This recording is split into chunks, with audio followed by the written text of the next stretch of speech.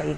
Should triggering Article 50 come down to a House of Commons vote, how would the Labour Party be instructed to vote under your respective leaderships? Jeremy. Article 50 will be triggered or not by the government when they decide they want to do it. There will presumably be a House of Commons vote at that time.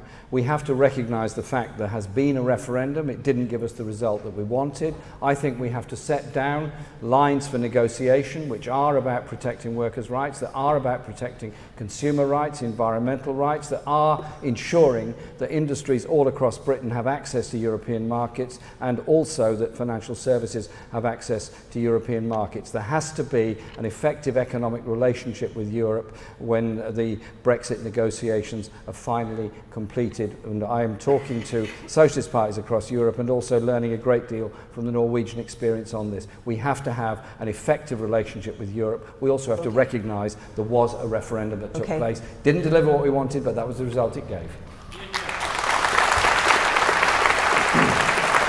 Owen, if you were leader, how would your MPs be told to vote? Well, I don't think that's good enough. I was absolutely gutted when we woke up leaving the European Union. I think it will make lives immeasurably harder for working people here in Scotland and across Britain. And I think it is wrong for Britain to be outside the European Union. We should be in it, taking the fight to the European Union, making sure that our values are spoken for, making sure we use the Union to solve lots of the issues we want to solve. Tax avoidance, social issues. And I would use absolutely every vehicle possible in order to do that, including voting in Parliament not to trigger Article 50. So if I were the leader of the Labour Party, we would seek to block Article 50 being triggered. We were lied to on Brexit. We need to know what the truth of it is. And under my leadership, we would be strong and we would be staying in the European Union. Thank you.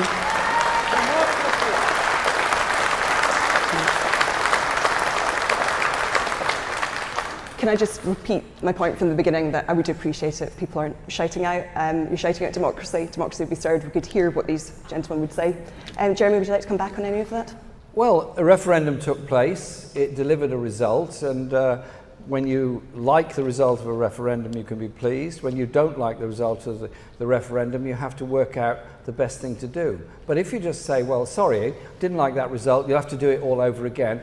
We had the debate, we had the referendum, it gave a result. There may be lots of reasons why people voted to leave. I have set down what I think are important parameters, important lines that we have to defend for our future. We don't want to become a sort of low-wage, tax haven, bargain basement economy off the shores of Europe. Surely we want to be an investment economy with high-quality public services and an inclusive approach to social policy. That we can achieve. We have to ensure we have an effective economic relationship with Europe, and we have to oppose the whole very notion of the Transatlantic Trade and Investment Partnership and what it would do to jobs and services and democracy in Britain.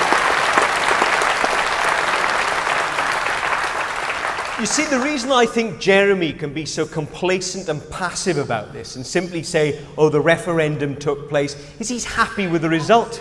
He's not bothered about the result. You know, and his record speaks loud and clear. Loud and clear. One of the things he was attacking John Smith for in 1992 was Europe, because Jeremy didn't agree then with being part of what he used to call a federal Europe, and he still doesn't agree with us being part of a federal Europe. And the truth is, of course, that Jeremy is quite content now for us to sit back and for that hard Brexit that Liam Fox and David Davis and Theresa May are going to introduce to take place. And I say to him, if he's so concerned about protecting workers' rights, why on earth would we allow the Tories to implement a Brexit deal that is going to see workers' rights sold down the river in this country? If we're so keen to protect the NHS from interference and competition from commercial operators in this country and overseas, as Jeremy and I are, why on earth would we walk out of Europe knowing that the Tories will implement those changes and open up our NHS as the price of Brexit? None of us can be complacent about that. It is going to make life harder for working people, and we've got to fight a lot harder. Jeremy didn't fight hard last time round. I will.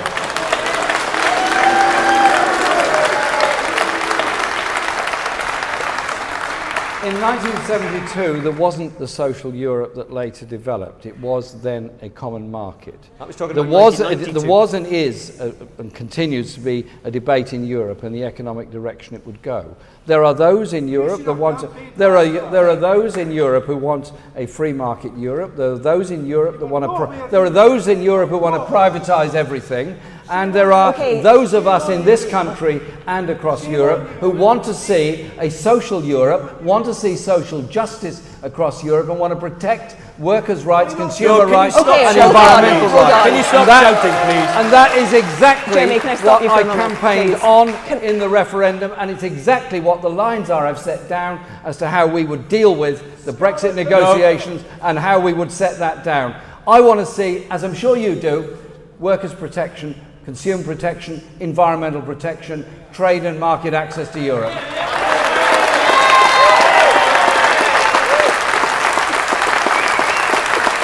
I want to see all those things too, Jeremy, but all of those Then things we're agreed. are better achieved within the European Union. All of those things are better protected within the European Union. Workers' rights will be better protected. Social justice will be better guaranteed. Environmental protections are better protected. And we, unfortunately, are sleepwalking now and allowing the Tories to get towards the Brexit door without even putting up a fight. We're going out with a whimper right now. And I don't think you should be as complacent as you are. I think you should be much, much tougher. But I also think I don't want people jeering at Jeremy. I think he should have told the people who've been jeering me tonight to keep quiet. And I think I want the people who are jeering Jeremy to keep quiet.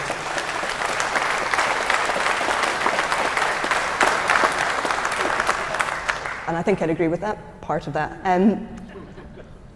As I said before, this is being live streamed, so people can't hear if you guys are shouting over it, so I'd appreciate it if you would keep it to respectful applause, because we're going to stick with Europe. So, under you, would remaining or re-entering the European Union be in Labour's manifesto? And that starts with you, Owen. Yes. I think the way in which we should approach this now is we should demand that Labour has a seat at the table during the Brexit negotiations. 9 million people voted Labour in the last election. 70% of those voted to stay in. The Labour Party fought incredibly hard, most of us at least, in order to stay within the European Union. And I think that we should be saying to Theresa May, I want a Brexit minister, a Labour one, who's going to sit alongside yours. This is bigger than politics. And at the end of the Brexit negotiations, if we know they are selling down the river workers' rights and destroying social protections, and they will do, we all know that they will do, then we should have the courage to say to the British people, this is not what you thought you were getting. It's less money for public services, not more, and we will have the courage to put it back to the British people, to rubber stamp or to reject Brexit, either at a second referendum or in a manifesto at a general election.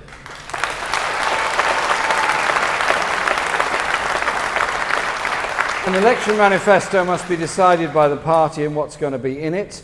An election manifesto has to, obviously, try to protect the working conditions that we've already talked about and agree upon. A manifesto has to put that quite clearly there. We've also got to recognise that whilst across the whole of the UK, 2/3 of Labour voters voted to remain, 1/3 didn't, it wasn't evenly spread. There are some parts, Labour-held constituencies, strong Labour areas, where there was a very big vote to leave the EU. We've got to win those people back. We've got to win them back on a policy of investment, and a policy of job protection, and a policy of saying we're not going to allow left behind Britain to exist any longer. We're going to invest in all parts of Britain.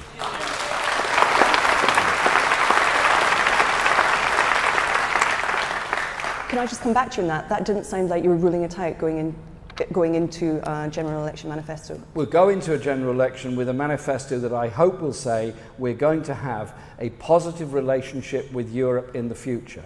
If we're going to go into an election saying, well, there was a referendum, we didn't like the result, therefore we're going to ignore it, I don't think that says very much. I don't think it says very much for our respect for democracy and the decision that was taken. I didn't want this result any more than anybody else, I suspect, in this hall wanted that result, but we have to work with it. We have to do our best to ensure we get the protections we need, the market access we need, the relationship we need with the European Union.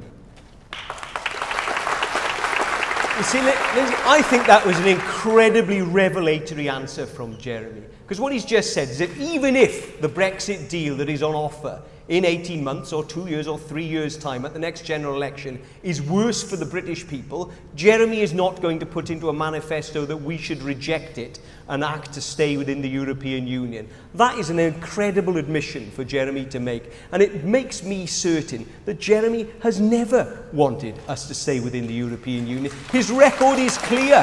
His record is absolutely clear. He's always been opposed to it. And he underwent a Damascene conversion. And I remember having a conversation with Jeremy's political secretary during the campaign in which I urged her to urge him to do more for the campaign. And her words to me were that Jeremy felt he's compromised enough already on Europe, i.e. he didn't want Labour to go into that contest arguing to stay in, because it was opposite to what he'd been arguing for the previous 30 years. I'm not even sure Jeremy did vote in the general election. Well, I'd like to hear you say it, Jeremy, because I'm not certain. I thought we had grown up and we weren't any longer going to use those kind of questions or those kind of remarks. Well, I'd like to hear you say it. I would like to hear you confirm that you voted in.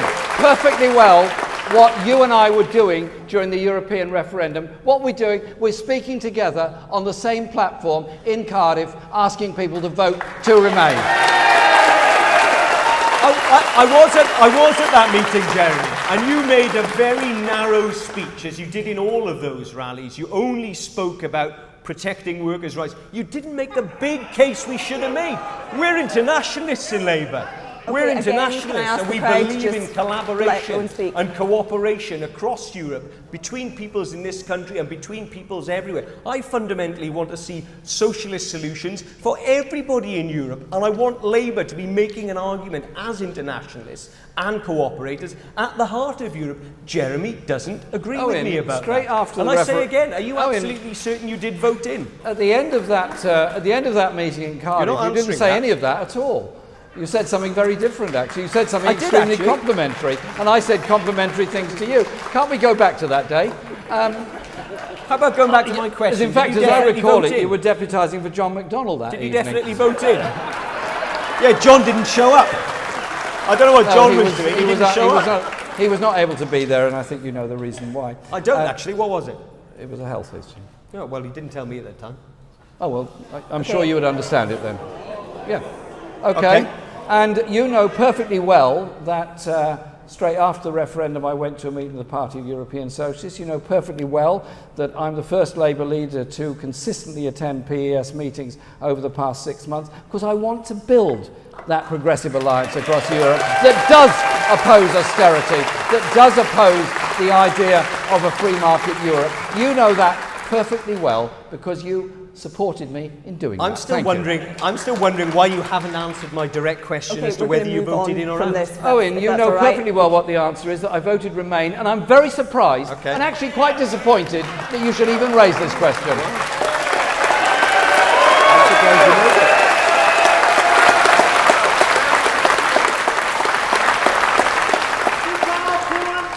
The only people that raised that question were actually the Daily Mail at the time. That's a very what? I didn't catch that. Right, moving on.